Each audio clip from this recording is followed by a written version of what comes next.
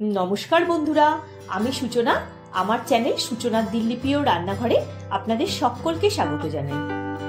ग्रीष्मकाले सेरा फल हलो आम। गन्ध बर्ण और स्वादे अतुलनीय।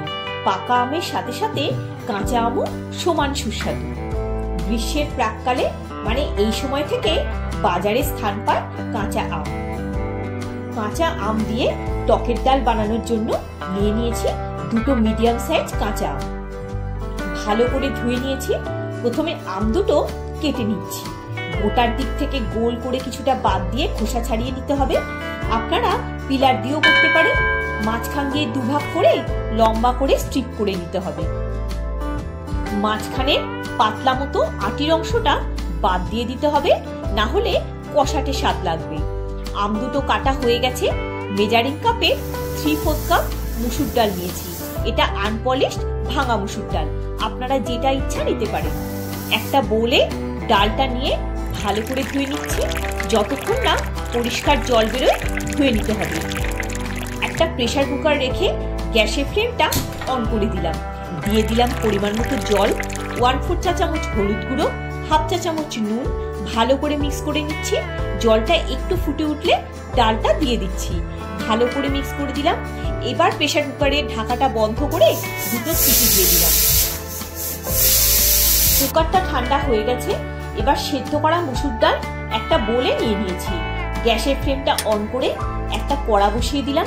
পরিমাণ মতো সর্ষের তেল দিয়ে তেলটা একটু গরম হলে দিয়ে দিলাম একটু নুন।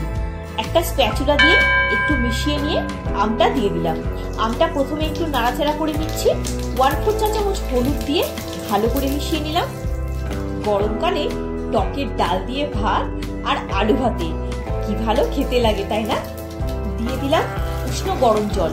একটু মিক্স করে দিলাম। গ্যাসের ফ্লেমটা লো টু মিডিয়ামে রেখে একটা ঢাকা দিয়ে আমটা সেদ্ধ করে নেব। আমটা অনেকটা সফট হয়ে গেছে। স্প্যাচুলা দিয়ে প্রেস করলে আমটা নরম হয়েছে বোঝা যাচ্ছে। এর থেকে গলিয়ে ফেললে আমটা ডালের মধ্যে ঘেটে যাবে।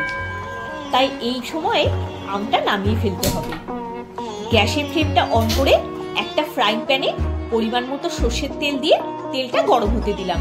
ডালটা আমের সাথে মিশিয়ে নিচ্ছি। টকের ডাল খুব বেশি ঘন বা পাতলা কোনোটাই ভালো লাগে না, মাঝারি ঘনত্বেরই রাখতে হবে। তেলটা গরম হয়ে গেছে। 1/2 চা চামচ গোটা কালো সর্ষে, দুটো শুকনো লঙ্কা, একটা কাঁচা লঙ্কা ফ্লেভারের জন্য দিলাম। একটু নেড়ে নিয়ে আম ডালটার মধ্যে দিয়ে দিচ্ছি।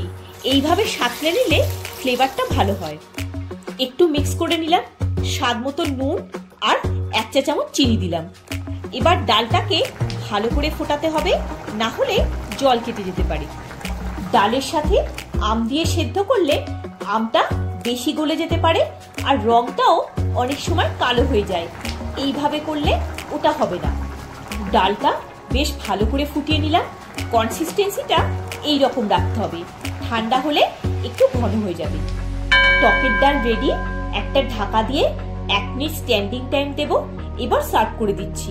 দেখুন আমগুলো সেদ্ধও হয়ে গেছে আর ভেঙে স্ম্যাশ হয়ে যায়। ডালটা একবার মাঝখান থেকে মিক্স করে নিচ্ছি। একটা বোলে সার্ভ করে দিলাম।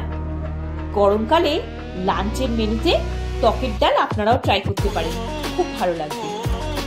আমার তো টকের ডাল হলে আর কিছুই লাগে না, এই দিয়েই পুরো ভাত খাওয়া হয়ে যায়।